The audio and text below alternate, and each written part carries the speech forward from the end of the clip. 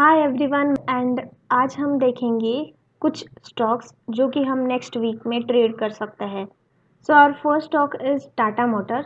सो आप देख सकते हैं कि टाटा मोटर्स में ये कुछ ट्रायंगल पैटर्न जैसा पैटर्न बना हुआ है। यहाँ पे मार्केट ने बहुत बड़ी रैली की है और उसके बाद उसने इस जोन में कंसोलिडेट करके एक ट्रायंगल पैटर्न जैसा बनाया है। तो अगर ये ट्रायंगल पैटर्न ब्रेक होकर अगर अपर साइड में एक स्ट्रॉन्ग ग्रीन कैंडल बनके या बिलो साइड में एक रेड स्ट्रॉन्ग कैंडल बनके अगर इसने ये पैटर्न ब्रेक किया तो हम हमारी पोजीशन ले सकते हैं। एक तो बाई साइड भी ले सकते हैं और सेल साइड भी ब्रेक हुआ तो हम अपनी पोजीशन ले सकते हैं। और second stock is Bharti Airtel. तो इसमें भी सेम पैटर्न बना हुआ है भारती एयरटेल में भी, लाइक ट्रायंगल पैटर्न। और इसमें एक और बना हुआ है कि मार्केट इस लाइन को, इस ट्रेंड लाइन को बहुत दिनों से फॉलो कर रहा है। यहाँ पे एक बार सपोर्ट लिया मार्केट ने, फिर यहाँ पे दूसरी बार, यहाँ पे तीसरी बार और यहाँ पे चौथी बार। तो आई होप कि अगर मार्केट डाउन साइड आता है तो यहाँ पे सपोर्ट लेकर ऊपर जा सकता है, और अगर मार्केट ने यहाँ पे भी इस लाइन को ब्रेक कर दिया, मार्केट में डाउनफॉल स्टार्ट हो सकता है भारती एयरटेल में। सो इस तरह आप भारती एयरटेल में अगर अपर साइड या लोअर साइड ब्रेक होता है तो आप अपने टारगेट फिक्स करके आप एंट्री ले सकते हैं। Our next stock is UPL. Same like Tata motor and Bharti Airtel, इसमें भी एक ट्रायंगल पैटर्न जैसा कुछ बना हुआ है। तो यहाँ पे मार्केट ने बहुत बड़ी रैली की, फिर डाउन साइड, फिर अपर साइड, फिर डाउन साइड, और यहाँ पे कंसोलिडेट करके मार्केट एक कंसोलिडेट फेज में है। तो यहाँ पे अगर मार्केट ने अपर साइड मूवमेंट दी, अपर साइड की लाइन ब्रेक की, तो मार्केट इजीली 600 तक जा सकता है।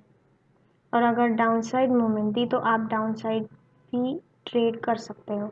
और नेक्स्ट स्टॉक इज ग्रासिम। सो ग्रासिम में क्या हुआ है कि मार्केट ने बहुत बड़ी ये रैली दी हुई है, ग्रीन कैंडल। सो एंड यहाँ पे उसने कंसोलिडेट करके अपसाइड मूवमेंट दी है, बट यहाँ पे बहुत ज़्यादा मूवमेंट हुई है तो यहाँ पे कंसोलिडेट करके ये अपसाइड जाने की तैयारी कर रहा है। बट मुझे लगता है कि यहाँ पे एक डाउनफॉल आ सकता है, और जो ये लाइन फॉलो कर रहा है ग्रासिम, जो ये लाइन फॉलो कर रहा है, यहाँ पे भी एक बार सपोर्ट लिया, यहाँ पे भी एक बार सपोर्ट लिया, तो यहाँ से नीचे आकर सपोर्ट लेकर फिर ऊपर जा सकता है। तो ग्रासिम में कुछ ऐसा एनालिसिस है मेरा। तो आप अगर डाउन साइड ब्रेक किया ग्रासिम ने तो आप यहाँ पे अपनी डाउन साइड पोजीशन ले सकते हैं, और अगर यहाँ पे सपोर्ट लिया मार्केट ने कुछ नीचे आकर तो आई थिंक अपसाइड मूवमेंट दे सकता है। और next stock is axis bank. Same like Grasim, axis bank में भी कुछ ऐसा ही हुआ है, एक बड़ी मूवमेंट आई है और उसके बाद मार्केट ने कुछ कंसोलिडेट किया है 3-4 दिनों तक। तो यहाँ पे अगर अपर साइड ब्रेक करता है तो आप अपर साइड अपनी पोजीशन ले सकते हैं, और अगर डाउन साइड ब्रेक करता है तो आप डाउन साइड अपनी पोजीशन ले सकते हैं। Then our next stock is IndusInd bank. IndusInd bank में एक बढ़िया पैटर्न बन रहा है, ये आप देख सकते हैं कि ये type of a flag pattern है। तो फ्लैग पैटर्न की मैक्सिमम चांसेस होते हैं कि वो अपर साइड ही ब्रेक करे, क्योंकि ये डाउनवर्ड डायरेक्शन में है। तो ये अपर साइड ब्रेक करे, ये ज़्यादा चांसेस है।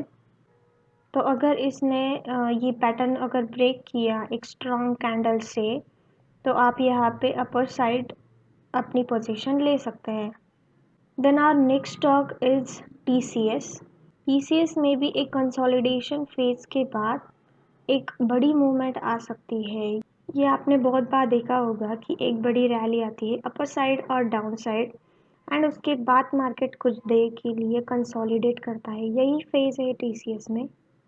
तो अगर ये कंसोलिडेशन फेज से इस जोन से अगर मार्केट बाहर आता है तो हम अपनी पोजीशन ले सकते हैं TCS में। Then our next stock is HDFC।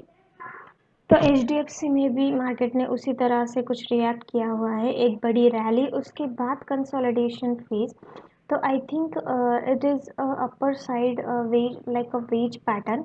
सो इसमें डाउनफॉल डाउनवर्ड साइड की मूवमेंट हम ज़्यादा एक्सपेक्ट कर सकते हैं।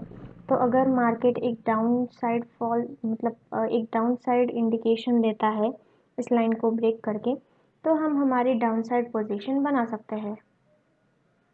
Then our last stock is for next week is ICICI Bank.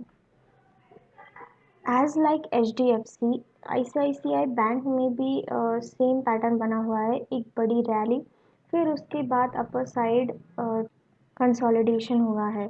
तो अगर ये कंसोलिडेशन नीचे साइड मतलब डाउनवर्ड साइड अगर ब्रेक करता है तो मार्केट डाउनवर्ड साइड आ सकता है और फिर अप जा सकता है। या अगर इसने अपर साइड भी अगर ब्रेक किया अपर साइड, तो आप अपर साइड की भी पोजीशन ले सकते हैं, बिकॉज मार्केट ने ऑलरेडी बहुत बड़ी रैली दी हुई है और उसके बाद मार्केट ने कंसोलिडेट करके अगर अपर साइड मूवमेंट दी तो ऑब्वियसली मार्केट अप जाने की तैयारी कर रहा है, तो आप अप साइड की भी पोजीशन ले सकते हैं यहाँ पे। सो ये सब थे हमारे नेक्स्ट वीक के स्टॉक्स। तो इसके बाद हम देखते हैं कि निफ्टी 50 या निफ्टी बैंक में क्या हो सकता है। तो ये निफ्टी 50 का चार्ट है। निफ्टी 50 में मैंने एक लाइन बनाई हुई है और ये अपर साइड की एक लाइन है। तो इसमें 9 फेब को मार्केट ने यहाँ पे रेजिस्टेंस लेके नीचे आया हुआ है, नीचे आया था और फिर 12 मतलब फ्राइडे के दिन एक अपर साइड मूवमेंट दी मार्केट ने, बट उसी लेवल से रेजिस्टेंस लेके मार्केट ने फिर डाउनफॉल दिया हुआ है। तो अगर मार्केट इस रेजिस्टेंस को अगर तोड़ता है तो मार्केट अपर साइड की मूवमेंट कंटिन्यू कर सकता है। और ये मैंने एक लाइन बनाई हुई है जहाँ पे ये दोनों पॉइंट्स मैंने ज्वाइन किए हैं।